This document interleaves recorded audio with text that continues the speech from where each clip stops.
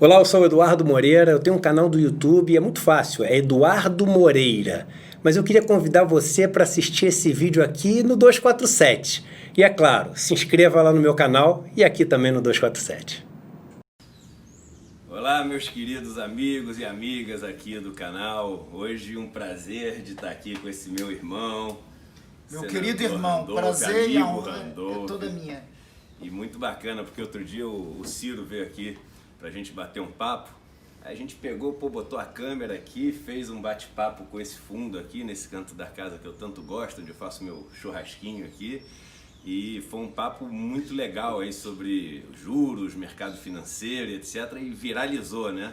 Eu falei, já que o cantinho deu sorte, vamos gravar um papo É um aqui lugar hoje todo também. especial aqui da casa de Eduardo, que ele faz uma coletânea aqui nos jardins da casa dele, das plantas, das árvores, dos lugares por onde ele passou.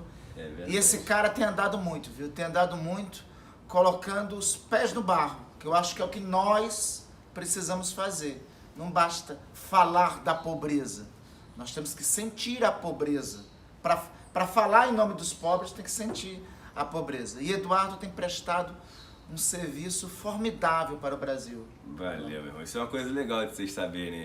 Quando eu faço essas viagens, que são viagens assim muito fortes, muito duras, sofridas, onde eu convivo com essas populações que estão no lado que sofre essa desigualdade, eu sempre tento voltar e trazer sementes de plantas, de árvores que eu vi nesses lugares e planto aqui em casa, que é uma maneira assim simbólica, mas muito real, de trazer um pedaço daquilo que eu vivi para junto de mim, para ter um pedaço daquela comunidade aqui na minha casa. Você sabe que você falou uma das frases, que é uma das frases que eu assim mais uso hoje em dia, que eu até ouvi de um índio lá, que falou que estava lendo muito livro e estava virando homem branco, que a gente tem que saber das coisas. E você falou o seguinte, o Eduardo tem gente que fala que ele não tem referência bibliográfica nos livros dele, mas está faltando para as pessoas referência biográfica e não bibliográfica. E eu adorei essa frase. Referência na vida das pessoas, né? Que assim, é muito fácil falarmos os números que você domina muito bem, melhor que eu, inclusive,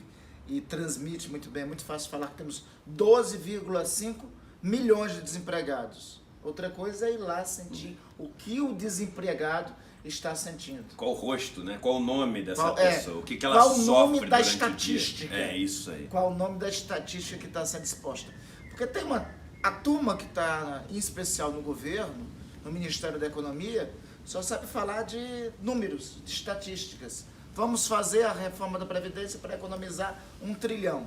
E o que vai custar isso para aprofundar a desigualdade no país? Né? Quando eu era pequeno, lá no sítio que meu avô tinha, o moço que tratava do gado lá falava o seguinte, olha só, você nunca pode dar nome para o gado, porque senão você não consegue matar ele. E no Brasil é isso, as pessoas perderam o nome, viraram um número numa planilha de Excel, e aí para matar essas pessoas... Para serem facilmente abatidas. Então, chegou a hora de dar nome aos bois. As pessoas têm nome. É Dona Isabel, é Tiago, é Gleidson, é Carlos, é Sérgio, João, José, Maria. E essas pessoas que sofrem, elas não podem ser um cortezinho na célula A3 da sua planilha de Excel. Não podem, porque um corte na célula A3 mata a gente. Então quem faz isso está com a mão suja de sangue.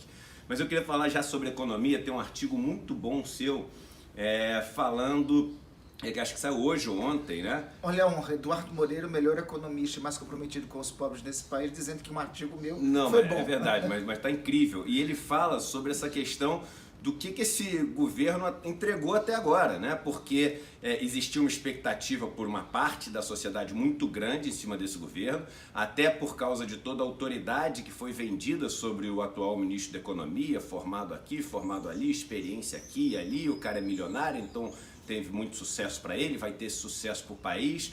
Muito peso jogado em cima dessa área, tanto que uniu vários ministérios em cima do ministério que ele cuida. E aí, vamos completar um ano, e o que a gente tem de resultado? Fala um pouquinho desse artigo que você escreveu. É exatamente o que você aqui aponta, Eduardo. Nós temos um ano, e veja, foi prometida a recuperação econômica em um ano. Nós temos que fazer um paralelo, uma comparação. Se um ano após, o Brasil está melhor. Eu acho que essa é a reflexão que todos vocês que estão nos assistindo têm que fazer em relação à vida de vocês, porque economia e política econômica tem a ver diretamente com a vida das pessoas. E segundo, concretamente em relação aos números. Nós continuamos a ter 12,5 milhões de desempregados. Pior e mais grave, desde a reforma trabalhista para agora, óbvio, não é só obra e graça desse governo, mas é obra e graça das transformações dos últimos 2 anos. Da reforma trabalhista para agora, nós temos quase 40 milhões de brasileiros na condição de subemprego. O que tem de emprego sendo gerado é na condição de trabalho precarizado. O que é o trabalho precarizado? É aquele cidadão que, como você muito bem descreve, não tem direito nenhum. O que vai ocorrer é que há 2 semanas, o governo e Paulo Guedes editaram uma medida provisória dita MP Verde e Amarela. Até para o trabalho formal, eles instituíram a precarização, eles instituíram a taxação de seguro-desemprego. Me corrija, Eduardo, não tem similar no mundo. Uma verba indenizatória, uma verba de assistência social, de amparo social aos trabalhadores quando ele está sendo demitido, desempregado, ser taxada. É o que o governo está fazendo. Os demais, assim, nós temos o aumento precário, os demais números, nós temos o aumento do trabalho precarizado, nós temos 12,5 milhões de desempregados, a expectativa de crescimento da economia não chegará a 1%. Então, concretamente, é para você refletir na sua vida e para refletir nos números. A economia não só está se recuperando, como nós estamos nos tornando uma economia cada vez mais dependente do mercado externo. Cada vez mais dependente e levando estocada, né? Essa semana começa com o Trump dando... Hoje, né? O dia de hoje começa com o Trump dando na cara do governo. Trump rebatendo essa desvalorização do real, que tem ainda tem um grupo de pessoas animadas falando, não, o real está sendo desvalorizado, minha vida está piorando, a carne está mais cara, não vou poder mais viajar, não consigo importar aquela máquina que eu ia poder fazer para produzir, mas ele é tão desesperado para defender o governo que ele fala assim, mas pelo menos agora a economia vai crescer porque a gente vai exportar mais. Aí vem o Trump, que é o super amigo, I love you. É o I love you. E fala assim, ô, você que tá deixando aí desvalorizar o dólar para vender aquele produtinho primário, nem isso eu vou deixar você fazer. Nem isso que eu vou impor barreira para você fazer, né? Essa declaração hoje do Trump mostra a subalternidade com que o presidente da República submeteu, colocou a política internacional e o senhor Paulo Guedes está colocando a política econômica do país. E o que você disse? Semana passada, o senhor Paulo Guedes, primeiro, fez uma declaração estapafúrdia, característica, inclusive, da origem dele. Não vamos nunca esquecer, o senhor Paulo Guedes, jovem economista, serviu ao governo de Augusto Pinochet, no Chile, o mais sanguinário de todos os governos da América Latina. Um carniceiro, acusado não, inclusive investigado internacionalmente por tráfico de drogas. Foi esse governo que o senhor Paulo Guedes serviu. Eu acho que dando vazão e dando coerência a esta origem dele, o senhor Paulo Guedes faz uma declaração dizendo em alto e bom som que não se assuste se tiver um AI-5. O câmbio, que já estava desvalorizado, e o dólar, que já estava nas alturas, dispara. Ele, na sequência, junto com essa declaração, ele diz, não tem problema o câmbio está desvalorizado, o dólar ir para as alturas. É importante, você já esclareceu isso em um vídeo desse assim fantástico, é importante que nós todos saibamos o que representa isso para a vida da gente, né? Representa o preço da carne mais caro, representa o preço do trigo. O presidente Jair Bolsonaro aumentou a cota de exportação do trigo. Então o pãozinho que vai para a sua mesa vai estar mais caro. Mas aí, você fala somente disso, é só para os mais pobres? Não. Você da classe média, significa sua passagem aérea, do seu pacote de viagens agora dessas férias, muito mais caro. E para completar, a única vantagem que o Paulo Guedes disse que tinha no câmbio desvalorizado, o Mr. Trump, I love you, no começo dessa semana, dá uma estocada. E eu acho importante, é maravilhoso você falar essas coisas, pra gente fazer o seguinte, claro que cada um tem sua orientação ideológica, claro que cada um acaba torcendo para o seu candidato, para o seu partido, etc. Mas a gente às vezes tem que trazer as coisas para o plano concreto e se fazer aquelas perguntas que são as perguntas que todo mundo deveria estar se fazendo. E uma pergunta que as pessoas deveriam estar se fazendo, principalmente as pessoas de classe média e as pessoas mais pobres, que são as que sofrem com esse modelo econômico no Brasil, é a seguinte: e aí, um ano se passou, e o que melhorou na prática na minha vida? E o que a gente vê é o seguinte: a comida que vem para a mesa dele é uma comida que vai ficando cada vez mais cara. Então a gente falou da carne aqui ficando cada vez mais cara, outros produtos vão ficar cada vez mais caros, porque a gente está falando de um negócio chamado commodities. Para você que não sabe e ouve o tempo inteiro, commodities é o seguinte, simplificando, é uma coisa que no mundo inteiro é igual. Então arroz é arroz no mundo inteiro, então ferro é ferro no mundo inteiro. Então ele tem um preço nessa economia globalizada que é igual no mundo inteiro. Então quando você faz com que o dólar desvalorize, e essas coisas são negociadas em dólar, que é a moeda padrão no mundo inteiro, automaticamente ela sobe de preço. E aí o produtor desse negócio fala assim: poxa, se é muito melhor vender lá para fora com esse dólar muito alto do que vender aqui dentro, eu não vou vender nada aqui no Brasil. Para vender aqui no Brasil só se for mais caro. Então o preço no Brasil sobe e boa parte da nossa produção que ainda não ia vai lá para o exterior. O que acontece? Num país que ainda sofre com a fome, que nem o Brasil, você passa a abastecer menos ainda esse mercado interno e abastecer o mercado externo. E o dinheiro que você exporta para o mercado externo vai parar na mão de meia dúzia de famílias, porque os latifúndios, o agronegócio, ele é concentrado em pouquíssimas famílias que empregam cada vez menos gente, porque é cada vez mais automatizado. Esses caras põem dinheiro no banco e não voltam em nada para a economia. Então é importante a gente entender que um mercado precarizado, que nem esse que a gente tem, até gera ali meia dúzia de emprego para cima e para baixo, mas o problema é o seguinte: gera para quê? Com qual intenção? Intenção de gerar um lucro no curtíssimo prazo de uma empresa que quer explorar esses trabalhadores enquanto não arranja tecnologia para mandar eles embora, e aí depois eles vão ser mandados embora sem ter direito nenhum, porque esses direitos foram cortados também. Você imagina se o Uber hoje em dia inventar a tecnologia do carro autônomo, você acha que ele vai continuar contratando todos os motoristas porque é uma empresa que quer o bem das pessoas e quer ocupar as pessoas nas horas vagas? Ou eles estão ali só para servir a esse lucro de curto prazo, oportunisticamente, que essa empresa tem, né? E é importante, Eduardo, só destacar que, veja, tem uma sequência lógica para essa obtenção maior de lucros que eles querem, que é, veja, eu acho que toda nação do mundo tem a sua elite. A crítica que nós sempre fazemos, e você faz com muita propriedade, a nossa elite econômica é que ela tem atuado de forma extremamente predatória, né?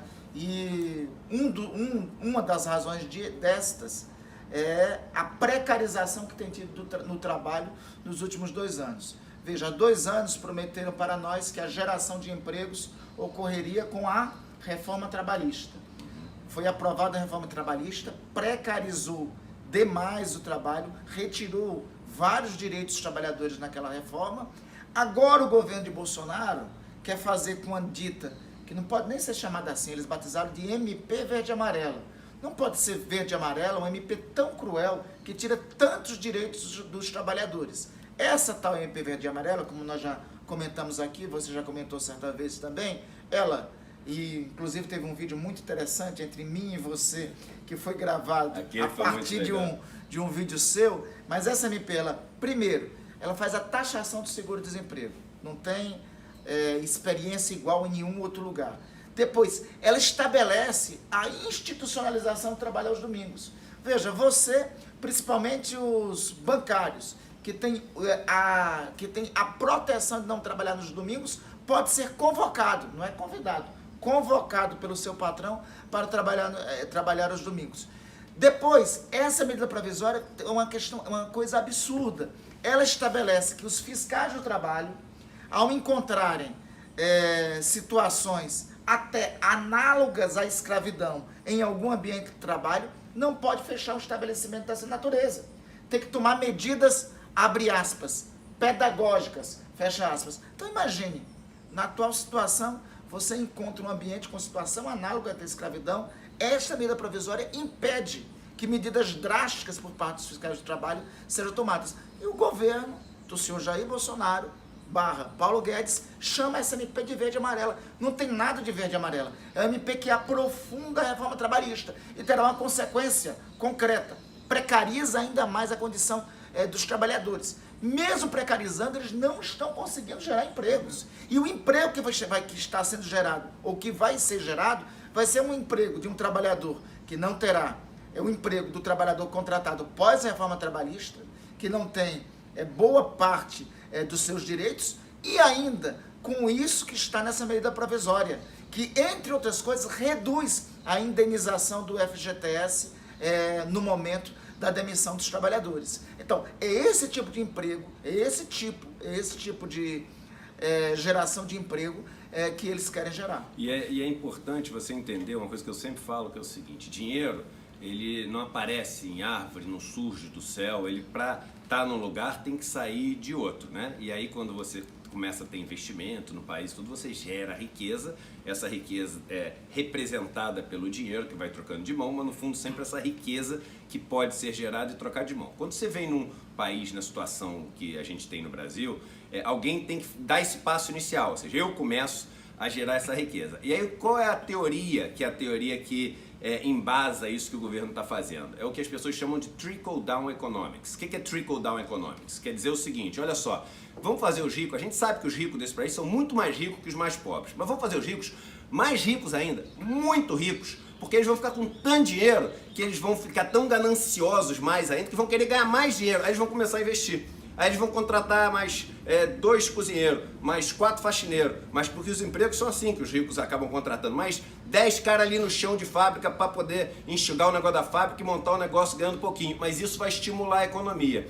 E o problema do trickle-down economics são alguns. O primeiro deles é o seguinte: você imagina quem surgiu com essa ideia de trickle-down economics. Não foi a pessoa pobre, foi a pessoa rica, né? Então os economistas que representavam as elites tiveram essa ideia brilhante, que é o seguinte: olha, vamos estimular a economia fazendo o seguinte, o cara que é mais rico, a gente vai ficar mais rico ainda. Só poderia vir de um rico essa ideia. Segundo, é imoral você, num país que é extremamente desigual, começar a melhorar o país pelas pessoas mais ricas. E aí eu vou, independente de em quem você votou, eu não quero saber, vamos só aos dados aqui, de quem se tirou o dinheiro até agora para poder realocar. Se tirou do aposentado, então se tirou dinheiro do aposentado, e mais de 80% do aposentado que está ali no regime geral, que é aquele aposentado que tem uma aposentadoria muito pequena, a média dessas aposentadorias de onde se tirou o dinheiro é de menos de R$ 1.500. Se tirou dinheiro do desempregado, porque agora é isso mesmo, desempregado vai ter que contribuir, ou seja, o cara está desempregado, está recebendo um pequeno valor ali e está com seguro-desemprego. Se tirou do acidentado, então o cara que sofre um acidente na rua, a maior parte dos acidentes que as pessoas sofrem são de motoboys, são de pessoas que são muito pobres.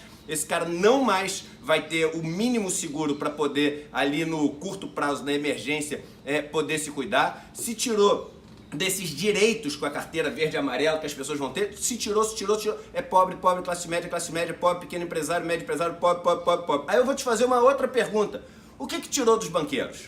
Nada, zero.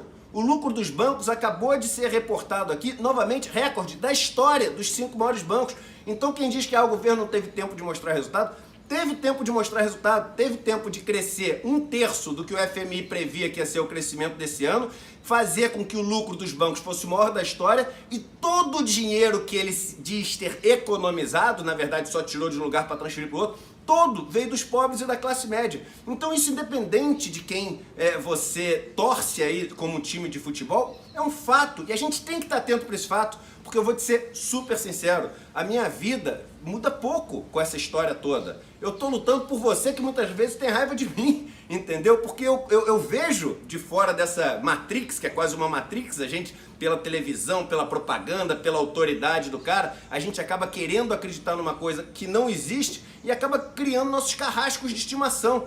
Então, se faz o seguinte, se desvencilha um pouco, nem que seja por um dia, só para tentar durante um dia ver o que está acontecendo dos seus carrascos de estimação, e olha o seguinte: caramba, e a minha vida? O que está acontecendo com ela todos os dias? Porque o que está acontecendo é essa transferência a olhos vistos na cara de todo mundo, mas talvez com véu de invisibilidade, que é esse véu da suposta autoridade do nosso ministro da Economia e da mídia, que tem ajudado muito isso também, tirando dinheiro dos mais pobres de uma forma assim brutal e grotesca e transferindo dinheiro para os bancos, para o setor financeiro, para as pessoas mais ricas, que estão cada vez ainda mais ricas com esse governo. Veja, Eduardo, de 2005 até aqui, o lucro dos bancos triplicou, quadruplicou. Nos últimos 3 anos, a economia brasileira decresceu. A economia decresceu, o número de desempregados que nós tínhamos em 2014, 4 alguma coisa, 5 alguma coisa por cento, nós praticamente dobramos, e os bancos continuaram crescendo. Nesse ano aconteceu mais um fenômeno. O sistema financeiro, os bancos, aumentaram os lucros e demitiram. E demitiram seus servidores. Então, e aí a bolsa sobe, porque o banco, como demitiu e lucrou mais em cima desses juros escorchantes que eles cobram, o lucro do banco é maior. O lucro do banco é maior, a ação dele vale mais.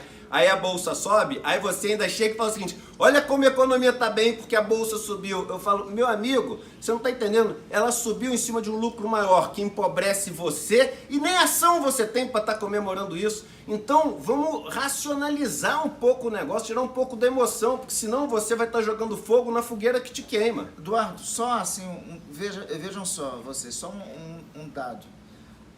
Nós temos no Brasil 5 bancos, 2 estatais, 3 privados. Né?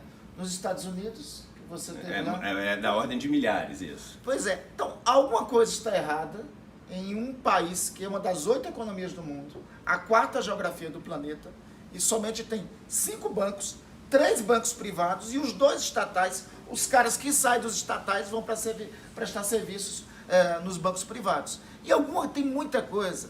Nós queremos aqui conversar com você para que você entenda. Tem alguma coisa muito errada quando nós temos 3, 4 anos seguidos de recessão. Nós temos 3, 4 anos seguidos que gera um batalhão, ou melhor, gera um exército de 12,5 milhões de desempregados, de mais de 40 milhões de trabalhadores em condições precárias, e enquanto um setor da economia, diante de toda essa miséria, diante de toda a degradação da economia brasileira, um setor da economia, que é o sistema financeiro, continua o tempo todo crescendo, o tempo todo ampliando seus lucros. Aí nós olhamos para o Estado, porque veja, qual é o papel do Estado em qualquer economia? O papel do Estado deve ser garantir o equilíbrio, garantir a proteção, em especial, dos mais fracos. É esse o papel do Estado. Garantir que o mais forte não abuse o mais fraco. Agora, a gente olha para o ministro da Economia, de onde ele veio? A quem ele serviu? E essa política dele, a quem está atendendo? Para quem está se direcionando? É o que eu costumo dizer, o seguinte: o Estado é a parte que pode estar em paz. A parte de fora do Estado é a parte que sempre está em guerra. Então, a gente não pode querer estimular a guerra e acabar com um pedaço que pode estar em paz. O Estado tem o papel de equilibrar. É isso. De impedir a guerra. Perfeito. Né? Aliás, até da teoria, da teoria política, a teoria da formação do Estado, do Hobbes.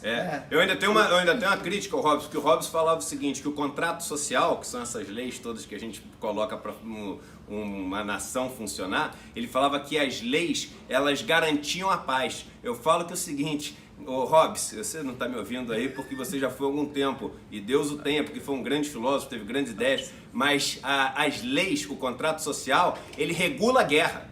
Ele regula a guerra, porque o mundo capitalista fora do Estado, ele está em guerra. Mas tudo bem que a guerra, pelo menos, seja regulada de uma forma justa, e não de uma forma onde as pessoas que têm as bombas atômicas, as metralhadoras, etc., elas definem as leis que elas vão lutar contra os que têm graveto. Porque isso aí não tem guerra, aí é extermínio, aí é genocídio. E na sua variação, que eu também concordo, do contrato hobbesiano, né, a ideia do Estado era, ao regular a guerra, dizer o seguinte: olha, entra em guerra com a paridade de armas. Isso. Né? Só que é o seguinte, não só não tem paridade de armas, não só não está tendo paridade de armas no Brasil, como as armas dos mais poderosos estão ficando mais poderosas ainda, em relação aos mais fracos. É isso que está acontecendo. Nós temos um ministro da Economia e um governo que está aprofundando a renda dos mais ricos.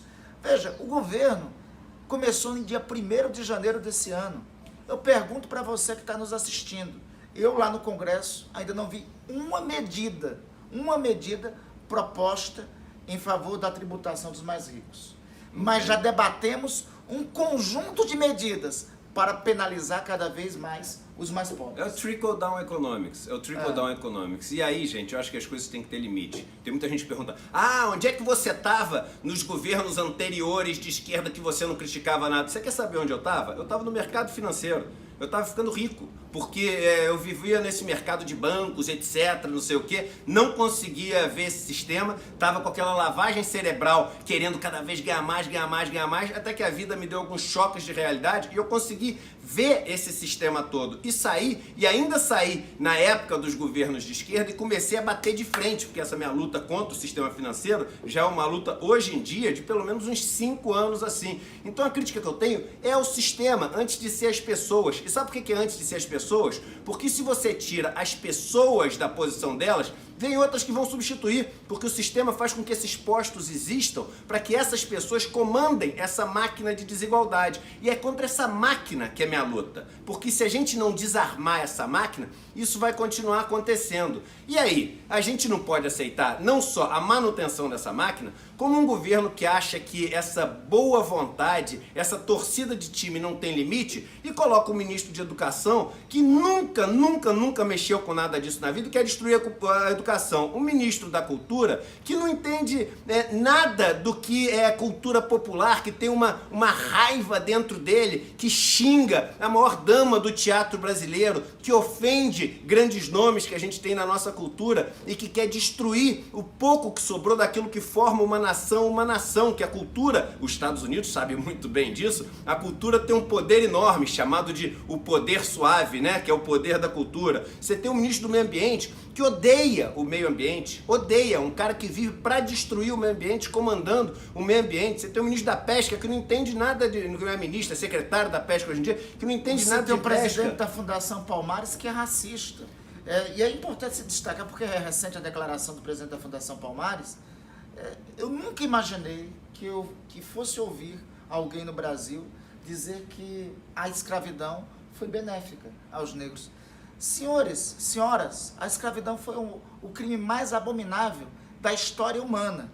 A história da existência da nossa espécie, Homo sapiens, a escravidão negra não é a primeira experiência de escravidão que se tem no mundo. Aliás, o termo, inclusive, escravo vem de eslavo, né? Então as primeiras experiências de escravos foi na Europa, foram com os povos balcãs, enfim, não é a primeira experiência de escravidão, mas sem dúvida a mais cruel de todas as escravidões que ocorreu foi a escravidão negra, porque veja, o cidadão, a pessoa era retirada da sua casa natal, era retirada em navios, esses navios atravessavam o Atlântico, segundo uma obra que eu recomendo a leitura de todos, do Laurentino Gomes, Escravidão, uma obra que eu acho indispensável a leitura, diz que o tráfico de navios negreiros que durou durante 4 séculos e meio da África para a América e trouxeram para a América 12 milhões, melhor dizendo, de negros africanos. Desses 12 milhões, 5 milhões, quase 40% desses, vieram para o Brasil, o que tornou o Brasil a maior nação negra do mundo, só depois da Nigéria, que está no próprio continente africano. Esse tráfico que durou 4 séculos e meio alterou, inclusive, o hábito alimentar dos tubarões no Atlântico, que acompanhavam os navios negreiros e se deliciavam dos negros que eram jogados ao mar na travessia por conta das diferentes circunstâncias que lá tinham. Dizer que isto, que a escravidão marca, fez bem, veja, é um pensamento do século XV, era o pensamento dito que o negro era coisa, era que o negro não tinha alma e por conta disso ele devia ser tratado como objeto. Nós temos um governo que deveria ter políticas públicas para minimizar os danos que a escravidão deixou no país 2 marcas indeléveis, a marca da segregação e a marca do racismo.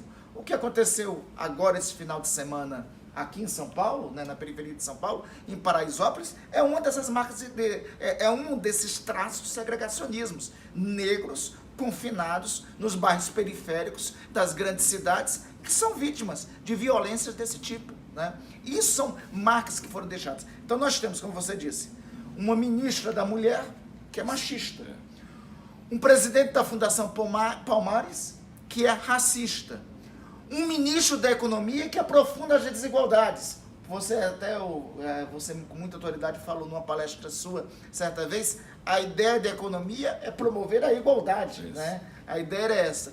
Você tem um ministro de Relações Exteriores que é antiglobalista em um mundo cada vez mais globalizado. Tem um ministro da Educação que ofende a ciência e o conhecimento. Um ministro do Meio Ambiente que nos coloca numa condição de pária internacional em matéria ambiental. Nós que temos a maior floresta tropical do planeta. E só porque tudo na vida não tem que ser absolutamente sério, né? E a gente tem um ministro aí de Ciência e Tecnologia que, viajou de foguete, viu lá em cima como é que era a Terra, ele podia falar para os amigos que é redonda, né? Porque tem um monte de gente que não acredita que a Terra é redonda, com um moço, o único brasileiro que foi lá e viu, tá do lado deles. Então pergunta pro cara, não precisa acreditar no que eu tô falando, não. Ele foi na Comissão de Meio Ambiente, o Eduardo, eu até disse assim, ministro, eu tenho inclusive dar ao senhor nesse governo todas as honras, porque pelo menos o senhor é uma prova material da esfericidade do planeta. Né? Você falou? Eu falei isso. E ele não negou não, né? Não, ele confirmou. Ele tá. confirmou. Eu temo, inclusive, pelo cargo dele, a partir dessa informação que ele teve. Então, gente, olha só, eu queria agradecer vocês aqui. Antes de falar minhas considerações finais aqui no nosso papo, queria lembrar para vocês que essa semana é a última semana que eu estou disponibilizando gratuitamente um curso incrível de básico de investimentos e finanças, um curso que eu gravei no meu sítio com drone, com uma equipe enorme, mostrando com infográfico tudo como é que funciona. Eu estava vendo ontem, mais de 50 mil pessoas estão fazendo esse curso gratuito e é incrível que um monte de gente sai de um monte de roubada dos... Não é nada que vai te ensinar a ficar milionário da noite pro dia, que isso não existe. Quem te vende isso está querendo tomar tua carteira sem você perceber. Mas vai te ensinar a não cair mais nessas armadilhas que as pessoas montam para vocês. Então, a aula 3 entrou no ar hoje, tá? Quando terminar aqui, vou pegar umas dicas dele, viu? Assim, e vocês não percam. Tá? Mas pior que esse vídeo é legal pra caramba. E termina nessa sexta. Hoje é a aula 3, mas ainda dá tempo. Quem não entrou, pega e começa desde a aula 1 e faz até a aula 4 essa semana, cheio de conteúdo legal. E o que eu queria falar pra vocês é o seguinte, não importa muito, né? O que você acha da pessoa do meu amigo aqui, Randolph, o que você acha dessa pessoa aqui do Eduardo Moreira, porque isso é de menos importância. As pessoas querem levar para esse jogo pessoal e te distrair do que realmente importa, que são os argumentos. E eu vou te falar que eu fico muito feliz quando a gente traz esse embate assim da injustiça. São João Crisóstomo, né? É um santo até muito grande na igreja ortodoxa cristã. Ele falava o seguinte, que quando você resolve perseguir aquilo que é correto, aquilo que é moral, aquilo que é ético e etc., você gera 3 tipos de reações. Um grupo de pessoas que realmente acorda, vê aquilo, se contagia ou com essa coragem ou com essa vontade que você tem de mudar as coisas e resolve mudar também, e essa é a reação mais desejada. Tem um grupo que está tão absorto naquele mundo que ele cria, um mundo meio egóico, meio egoísta, etc., que você vai ser neutro para eles. E tem algumas pessoas que são prejudicadas com isso que você faz, que são aquelas que lucram da injustiça, que são aquelas que querem que a injustiça se perpetue, porque elas vivem desse mundo desigual e injusto. E essas pessoas vão te atacar de todos os jeitos, vão ser super agressivas, e essa é a reação que você menos quer sofrer, porque ela é incômoda você sofrer. Mas se você não tiver essa reação, é sinal de que você não está no caminho certo e não está acertando o alvo. Então, mesmo aqueles que atacam com muita agressividade, saibam que eu só fico sabendo 2 coisas. Uma, que vocês acompanham todos os meus vídeos e assistem até o final e por isso eu sou muito grato. E segundo, vocês me dizem que eu estou acertando o alvo no meio, porque se ninguém estiver reclamando, é porque eu estou falando mais do mesmo, e se a gente fizer mais do mesmo, a gente vai chegar no mesmo lugar que a gente sempre chegou. Muito obrigado aí, deixa aqui pro meu amigo. Eduardo, e o nosso papel, nosso lá no Congresso Nacional, e o papel que você muito bem tem cumprido na sociedade e com o que você está fazendo, repito aqui o que disse no começo dessa nossa transmissão, sentindo a pobreza, eu sou testemunha das andanças de Eduardo por esse enorme país. O nosso papel é denunciar o que está acontecendo. Não fazemos isso por conta... era muito mais confortável para mim ser governo, era muito mais confortável para você estar servindo ao capital financeiro. Eduardo tem uma vida pronta e feita. Eu digo para várias pessoas que me perguntam quem é Eduardo, eu digo que o Eduardo é uma espécie de São Francisco contemporâneo, né? Renunciou todas as benesses e todas as vantagens que poderia estar seguindo e resolveu se dedicar à causa de denunciar a pobreza em favor dos mais pobres. Então, esta é a causa que nos une, essa é a causa que nos aproxima. Então, foi uma honra. Eu esperei como vigia e esperava pela aurora ter esse vídeo aqui com o Eduardo. É um prazer estar sempre com ele. Viu? Tamo junto. E Abraço, podem contar querido. com esse cara Tchau. aqui defendendo as causas que realmente importam no país. Irmãozão Sigamos, aqui. irmão. Valeu, tchau, tchau.